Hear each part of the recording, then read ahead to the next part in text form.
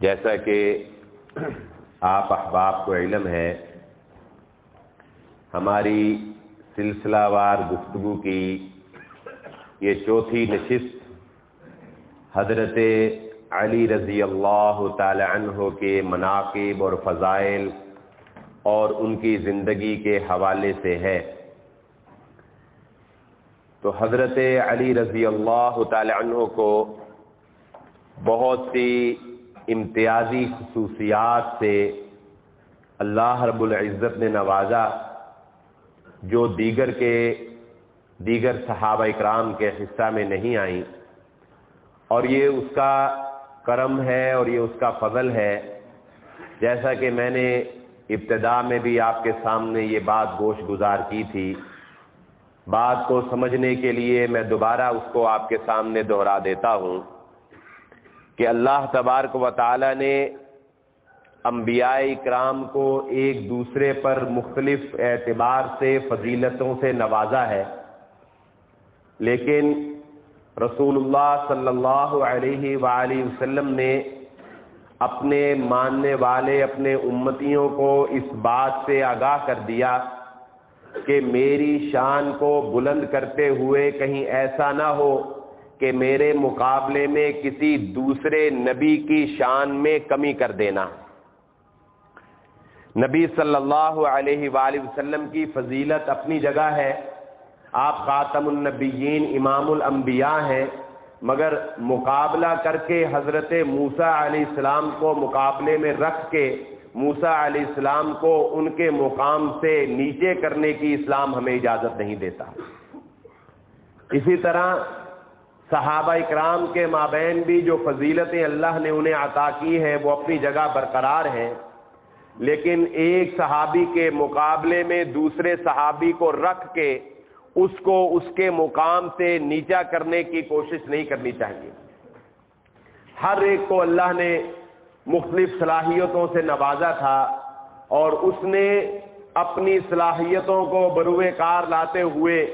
پوری کوشش کے ساتھ اپنی جسمانی، اپنی مالی، اپنی ذہنی، اپنی ہر طرح کی صلاحیت کو صرف کرتے ہوئے اسلام کی سربلندی کے لیے کام کیا ہے۔ حضرت علی رضی اللہ تعالیٰ عنہ کی شخصیت وہ شخصیت ہے کہ جنہوں نے سب سے کم عمر میں اور سب سے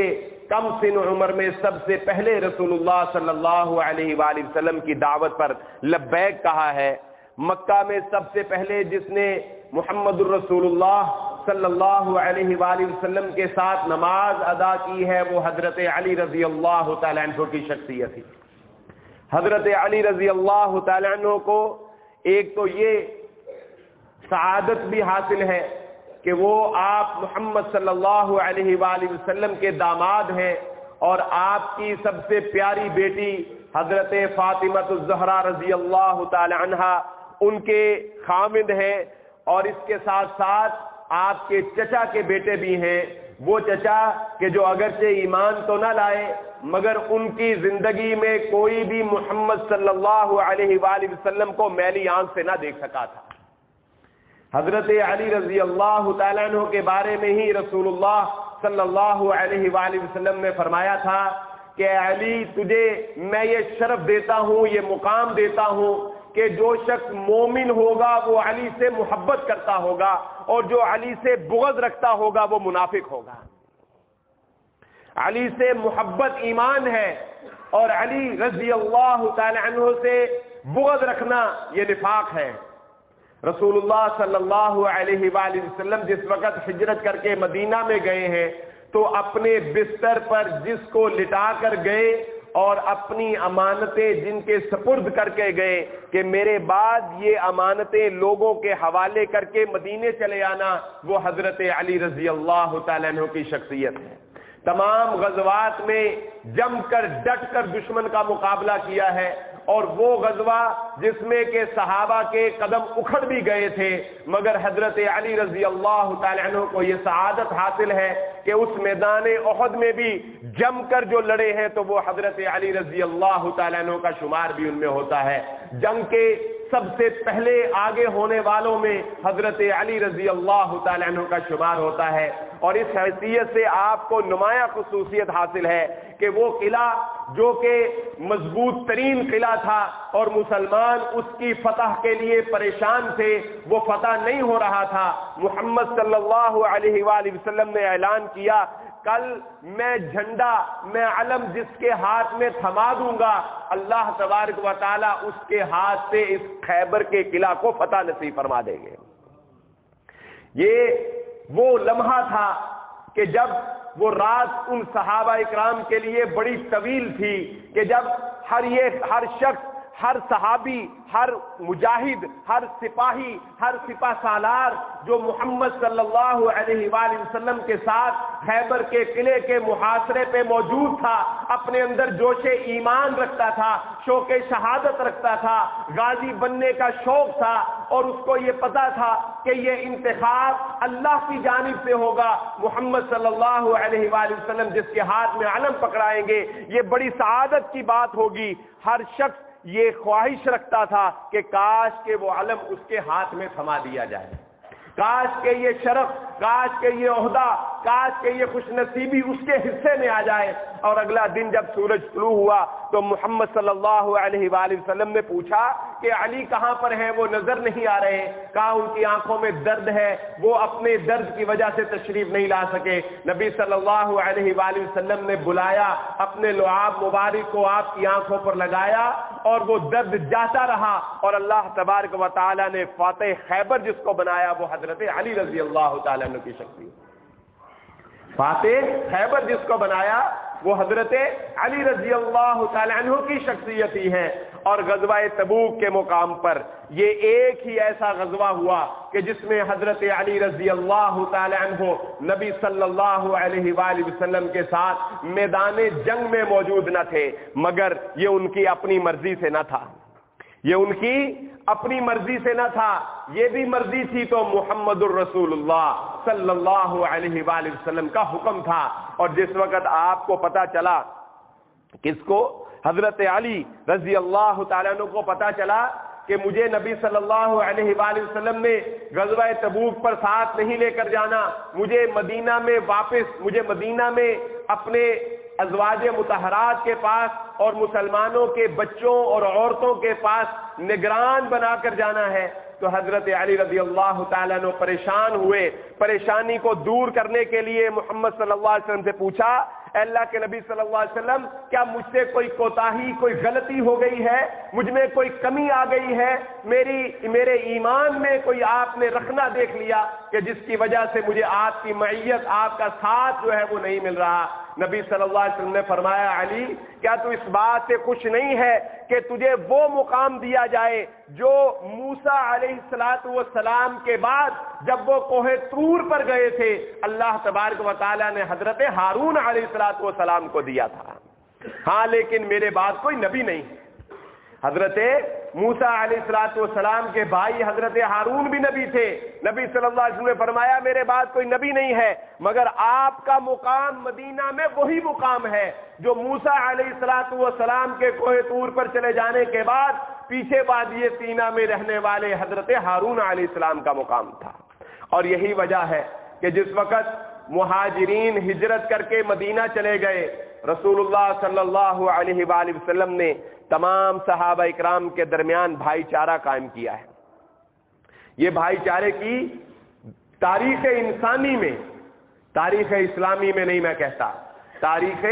انسانی میں یہ بھائی چارے کی عظیم ترین مثال ہے۔ اس سے بڑی مثال آپ کو اور کہیں نہیں ملے گی۔ دو شہروں کے درمیان بھائی چارہ، دو شہروں کے درمیان بھائی چارہ، کس بنیاد پر؟ اسلام کی بنیاد پر۔ مہاجرین کون کہلائے ہیں؟ جو مکہ سے اپنا گھر بار، اپنا کاروبار، اپنے اقربا، اپنی خاندانی ساکھ، اپنی ہر چیز چھوڑ کر مدینہ چلے گئے، وہ مہاجر کہلائے۔ اور انصار صحابہ اکرام کون تھے؟ مدینہ میں پہلے سے موجود تھے، گھر رکھتے تھے، باغات رکھتے تھے، کاروبار رکھتے تھے، انصار کا معنی مدد کرنے والے، اور انہوں نے جو مدد کی اپنے بھائی مہاجرین کی تو اتنی کمال کی مدد کی کہ گویا کہ انصار کے نام سے ہی منسوب کر دیے گئے۔ یہ مہاجرین اور انصار کے درمیان رسول اللہ صلی اللہ علیہ وسلم نے بھائی چارہ قائم کیا۔ مہاجر کو ایک فلاں انصاری کا بھائی، آپ مہاجر ہیں، آپ فلاں انصاری کے بھائی، اور اس نے اس کے ساتھ مکمل تعاون کیا، اور یہاں تک تعاون کیا کہ انہوں نے کہا میری 2 بیویاں ہیں، اگر تم کہو میں ایک کو طلاق دے دیتا ہوں تو مجھ سے نکاح کر لو۔ یہ بھائی چارے کی عظیم مثال۔ حضرت علی رضی اللہ تعالیٰ عنہ مدینہ پہنچے، نبی صلی اللہ علیہ وآلہ وسلم سے پوچھا،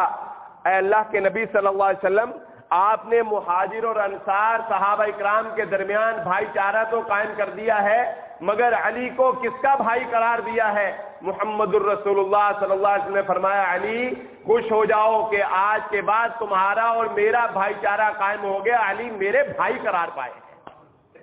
اس بھائی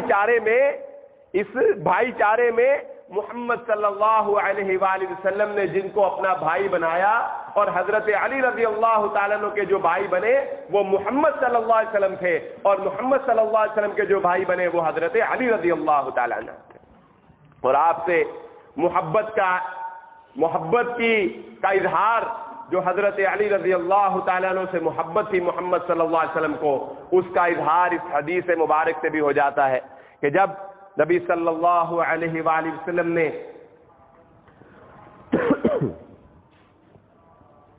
حضرت علی رضی اللہ تعالیٰ عنہ کو ایک لشکر کا سپہ سالار بنا کر بھیجا، اور جب وہ واپس نہیں لوٹ رہے تھے تو نبی صلی اللہ علیہ وآلہ وسلم نے اللہ سے دعا کی،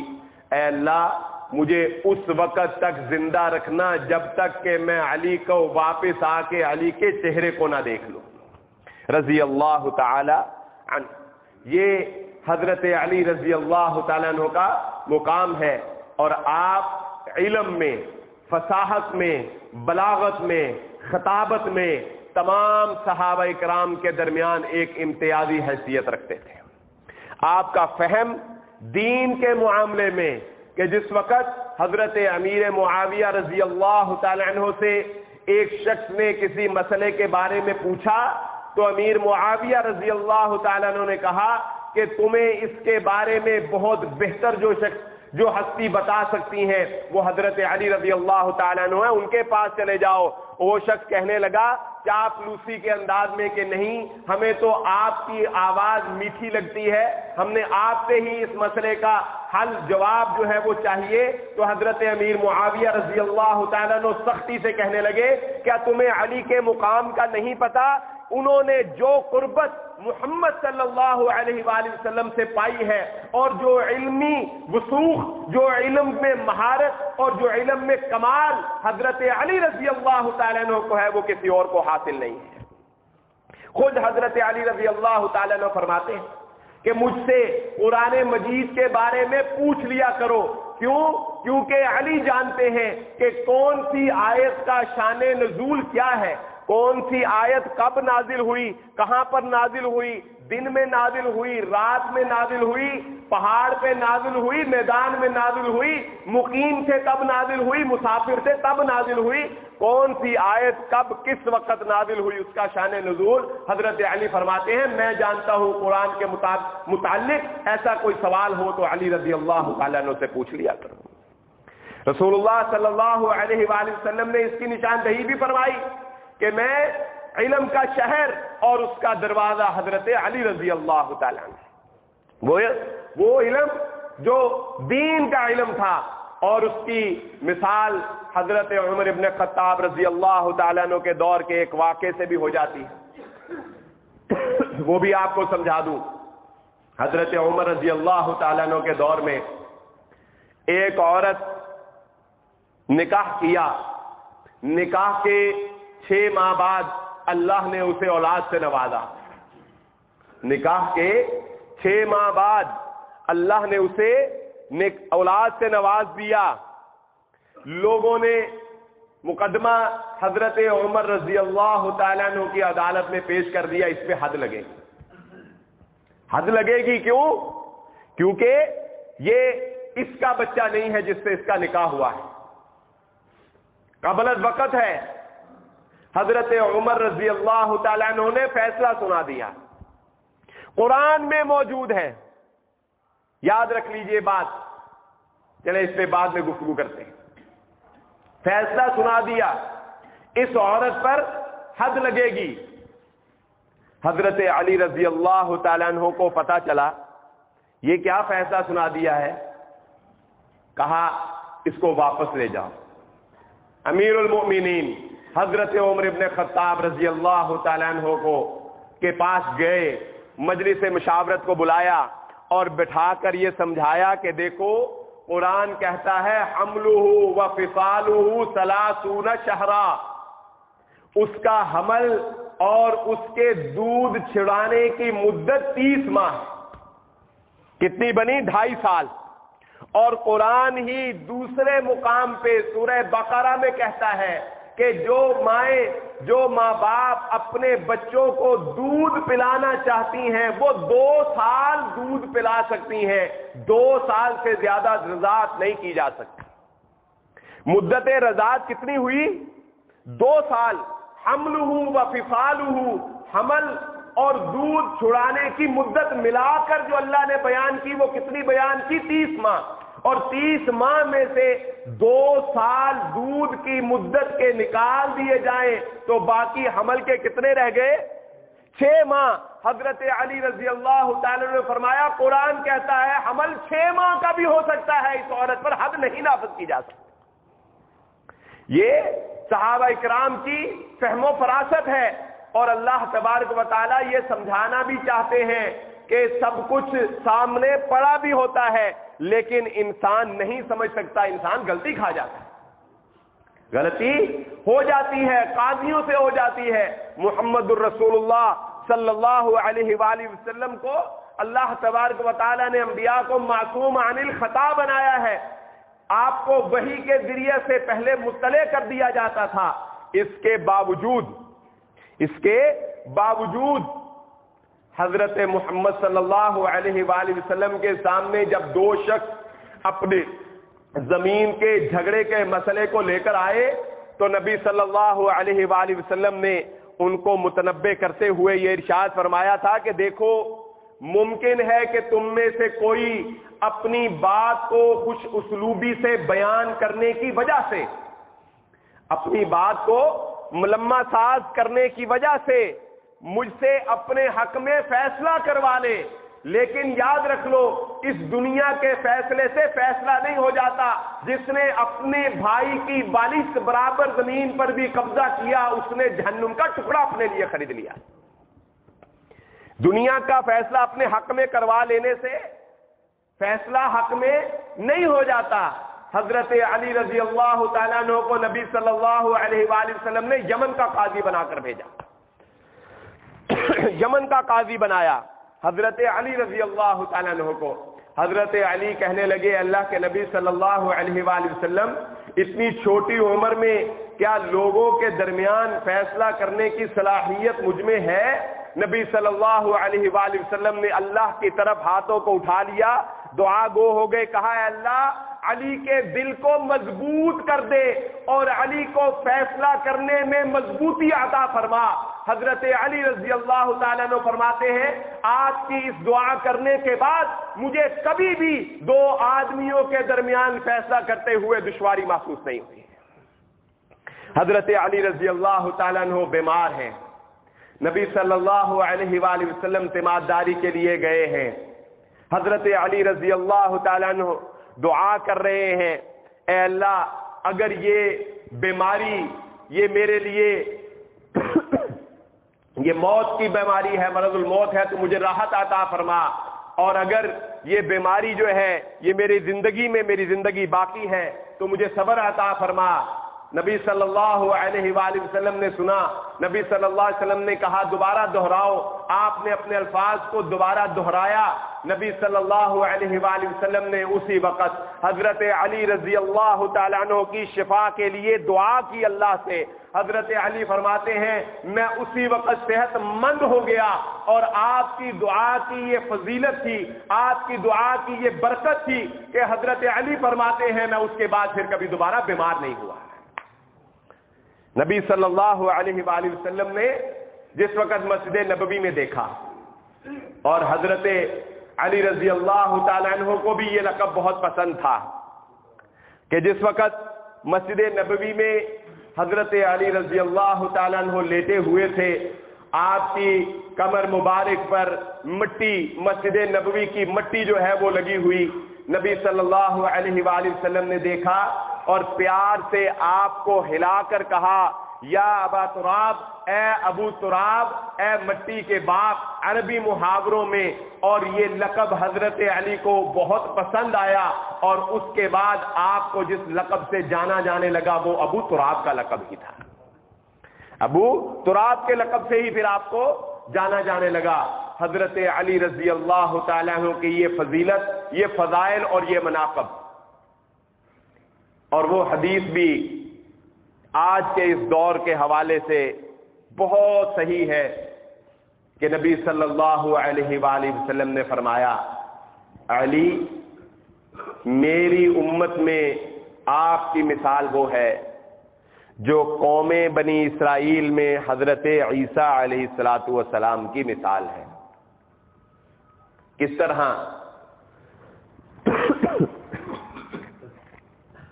کس طرح وہ مثال کہ نبی صلی اللہ علیہ وآلہ وسلم نے فرمایا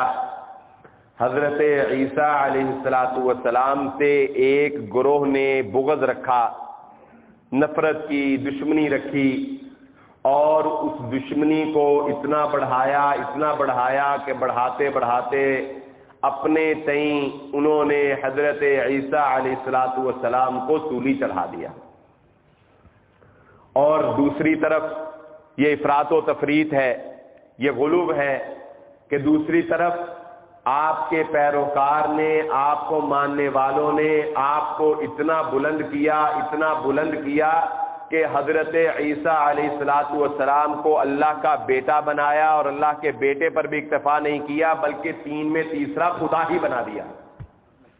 نعوذ باللہ من ذالک۔ نبی صلی اللہ علیہ وسلم نے فرمایا علی میری امت میں آپ کی مثال وہ ہے جو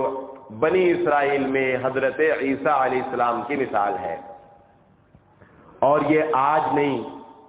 آپ کی زندگی میں ہی، حضرت علی رضی اللہ تعالیٰ عنہ کی زندگی میں ہی یہ دو گروہ پیدا ہو چکے تھے۔ ایک وہ کہ جنہوں نے آپ کی مخالفت کی، اور اتنی مخالفت کی، اتنا مخالفت کو بڑھایا کہ کوفہ میں، مسجد کوفہ کے اندر جس وقت فجر کی نماز کی ادائیگی کے لیے آپ جا رہے تھے تو عبد الرحمن نے آپ کے اوپر، حضرت علی رضی اللہ تعالی عنہ کے اوپر ایک تیز دھاری تلوار سے وار کر کے حضرت علی رضی اللہ تعالی عنہ کو شہید کر دیا۔ وہ گروہ خارجیوں کا گروہ تھا، 3 آدمی انہوں نے ایک دوسرے سے یہ عہد کیا کہ ہم اکٹھا ٹارگٹ کریں گے حضرت امیر معاویہ رضی اللہ تعالی عنہ کو، حضرت عبد الرحمن ابن عوف رضی اللہ تعالی عنہ کو، اور حضرت علی رضی اللہ تعالی عنہ۔ یہ 3 صحابہ اکرام کو انہوں نے نشانے میں رکھا کہ ان تینوں پر ہم ایک ہی وقت، ایک ہی دن میں اٹیک کریں گے، قاتلانہ حملہ کریں گے۔ 2 کی زندگی باقی تھی، ان کو اللہ تبارک و تعالیٰ نے محفوظ رکھ لیا، وہ قاتل ان تک پہنچ نہیں سکے، اور حضرت علی رضی اللہ تعالیٰ عنہ کے حصہ میں یہ شہادت آئی، حضرت علی رضی اللہ تعالیٰ عنہ کو وہاں پر شہید کر دیا گیا۔ یہاں پر میں اس بات کی وضاحت کرتا چلوں جو کہ ہمارے ہاں بھی، ہمارے اس معاشرے میں بھی پھیلتا ہوا فتنہ ہر جگہ آپ کو نظر آئے گا، اور ایک نہیں بہت سے فتنے۔ ایک تو یہ بات سمجھ لیجئے کہ اسلام اپنی تعزیرات میں سختی ضرور رکھتا ہے، قتل کے بدلے قتل ہے یا دیت ہے، زنا کی حد بھی بہت سخت ہے، لیکن چوری کی حد ہاتھ کاٹ دینا ہے، لیکن اسلام کسی بھی عام فرد کو یہ اجازت نہیں دیتا کہ وہ مجرم کو بذات خود سزا سنا دے، بذات خود اس کو سزا دے دے۔ قتل ہوتا دیکھ بھی لے، قاتل کا پتہ بھی ہو، تب بھی عدالت میں جا کر اس کے ذریعے سے اگر سزا سنوائی جا سکے تو سنوائے۔ خود قاتل کو قتل کرنے کی اسلام اجازت نہیں دیتا۔ کیوں؟ کیونکہ اسلام ہمیں یہ بتاتا ہے کہ دنیا کی عدالت سے تو کوئی بچ سکتا ہے، اللہ کی عدالت سے کوئی نہیں بچ سکتا۔ اور اگر تمہیں اللہ کی عدالت پہ یقین ہے تو صبر کر جاؤ، جو دنیا کی عدالت میں بچ گیا کل قیامت کے روز جب اللہ کے سامنے پیش ہوگا، اللہ تیرا حساب اس کے ساتھ ضرور چکتا کر دے گا۔ اللہ نے تو اپنے نبی کو بھی یہی تسلی دی ہے، اللہ نے تو اپنے نبی کو بھی یہی تسلی دی ہے، اے نبی محمد صلی اللہ علیہ وسلم، جو ناروا سلوک، جو آپ کی حق تلفی، جو آپ کی شان میں گستاخی مکے والوں نے کی ہے، اگر ہم نے آپ کی زندگی میں ان کا انجام دکھا کر آپ کی آنکھوں کو ٹھنڈا کر دیا تو ٹھیک، نہ تو آخر وہ جا کہاں سکتے ہیں، آخر انہوں نے ہمارے پاس ہی آنا ہے۔ جا کہاں سکتے ہیں، آخر انہوں نے ہمارے پاس ہی آنا ہے۔ ایک یہ بات ذہن نشین رکھ لیجئے، سوائے ایک شخص کے جسے ہم گستاخ رسول کہتے ہیں، سوائے ایک شخص کے جسے ہم، جو نبی صلی اللہ علیہ وآلہ وسلم کی شان میں گستاخی کرتا ہے، اس کے لیے آپ کو عدالت کا دروازہ کھٹکھٹانے کی ضرورت نہیں، وہ آپ کے ایمان کا مسئلہ ہے۔ اس کے علاوہ کوئی بھی قانون، جسے ہم کہتے ہیں قانون اپنے ہاتھ میں نہیں لینا چاہیے، اسلام بھی یہی تلقین کرتا ہے کہ آپ اپنے ہاتھ سے کسی کو سزا نہیں سنا سکتے۔ ایک یہ بات ہے، خارجی گروہ جو تھا جس نے یہ حضرت عثمان غنی رضی اللہ تعالیٰ عنہ کو شہید کیا، حضرت علی رضی اللہ تعالیٰ عنہ کو شہید کیا، جو فتنہ پھیل گیا اس دور میں اس گروہ کی یہ نشاندہی آپ کے سامنے کر رہا ہوں، آخر میں ان کے چند عقائد جو ہے وہ میں بیان کر دوں گا۔ دوسری بات یہ سمجھ لیجئے کہ قرآن و احادیث کے معاملے میں انسان کو کبھی بھی یہ نہیں سمجھنا چاہیے کہ اس نے جو سمجھا ہے، اس نے جو پڑھ لیا ہے، بس وہ صحیح ہے، اب وہ باقی تمام جو سمجھنے والے اس سے بڑے فاضل وہ سب غلط سمجھے ہیں، ان کو غلطی لگی ہے، اس نے 2 آیتیں پڑھ کر جو معنی نکال لیا ہے بس وہی صحیح ہے۔ میں اس بات کی وضاحت پہلے بھی کر چکا ہوں، قرآن مجید کو ترجمے سے پڑھنا چاہیے، لیکن کوئی یہ سمجھے کہ میں نے قرآن مجید ترجمے سے پڑھ لیا ہے، اب مجھے پورے دین کی سمجھ آ گئی ہے، اب میں لوگوں کو فتوے دینا شروع کر دوں، اب میں مسائل میں کود پڑوں اور میں ایک نشست سنبھال لوں، یہ اس کی غلط فہمی ہے، یہ اس کی غلطی ہے، اس سے فتنہ پھیلے گا۔ تیسری بات یہ سمجھ لیں کہ کبھی بھی ایک آیت یا ایک حدیث یا ایک معنی کی آیات اور ایک معنی کی احادیث کو اکٹھا کر کے پڑھ لینے سے آپ مسئلے کے نتیجے تک نہیں پہنچ سکتے جب تک آپ کے ذہن میں تمام قرآن و احادیث جو اس مسئلے کے متعلق ہیں وہ آپ کے ذہن میں نہیں ہیں یا آپ کے مطالعہ میں نہیں ہیں یا آپ مشاورت سے ان کو ڈسکس نہیں کر رہے ہیں۔ مثال کے طور پہ خارجیوں کا مسئلہ کیا تھا؟ قرآن مجید میں اور احادیث مبارکہ میں وہ گناہ جو گناہ کبیرہ ہیں ان کے بارے میں اللہ کے نبی صلی اللہ علیہ وسلم نے بھی سخت ترین وعید سنائی ہے کہ وہ ہمیشہ جہنم میں رہیں گے۔ لیکن یہ ایک چیپٹر ہے، یہ تصویر کا ایک رخ ہے، ترہیب ہے، ڈرایا گیا ہے سختی سے، لیکن دوسری طرف اللہ کے نبی صلی اللہ علیہ وسلم نے ہمیں اللہ کی رحمت، اللہ کی توبہ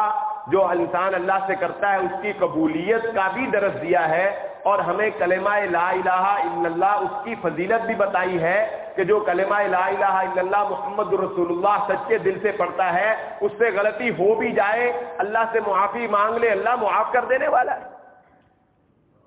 وہ جنت میں جا سکتا ہے۔ اگر اللہ چاہے شرک نہ کیا ہو، اللہ چاہے معاف کر سکتا ہے۔ لیکن ان کا مسئلہ یہ تھا، جس وجہ سے یہ فتنہ پھیلا، کہ وہ دین کے معاملے میں اپنے آپ کو اتنا پختہ سمجھتے تھے کہ انہوں نے یہ نظریہ بنا لیا کہ جس نے ایک دفعہ جھوٹ بھی بولا گویا کہ وہ دائرہ اسلام سے ہی خارج ہو گیا۔ خارجیوں کے متعلق یعنی ان کا جو گہرا اختلاف مسلمانوں کے ساتھ پھر ہو گیا، وہ مسلمان ہی تھے، کوئی اور مسلمانوں میں سے ہی وہ ایک گروہ تھا، فاسق گروہ، پیک پر پہنچ گئے اور انہوں نے یہ نظریہ اور یہ عقیدہ بنا لیا کہ جس کی ایک نماز رہ گئی وہ کافر ہو گیا۔ انہوں نے یہ عقیدہ بنا لیا کہ جس سے کبیرہ گناہ ہو گیا اب وہ مسلمان نہیں رہا، وہ کافر ہو گیا،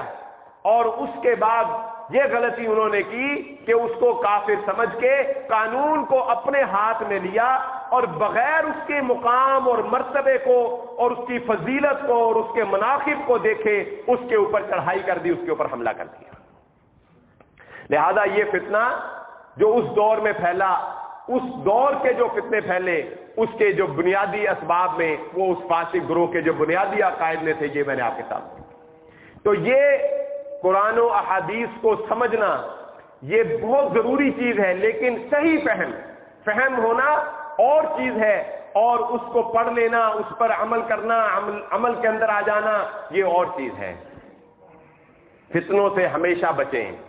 حضرت علی رضی اللہ تعالیٰ عنہ اس کا شکار ہوئے، حضرت عثمان غنی رضی اللہ تعالیٰ عنہ اس کا شکار ہوئے، اور وہ فتنہ پھیلتا چلا گیا، اور جو حضرت عثمان غنی رضی اللہ تعالیٰ عنہ نے کہا تھا کہ قیامت تک پھر یہ فتنہ جو ہے یہ بند نہیں ہو سکے گا، مسلمانوں کی تلوار بے نیام ہو گئی ایک دفعہ آپس میں، تو دوبارہ یہ جو ہے نیام میں نہیں آ سکے گی، وہ آج ہم دیکھ رہے ہیں۔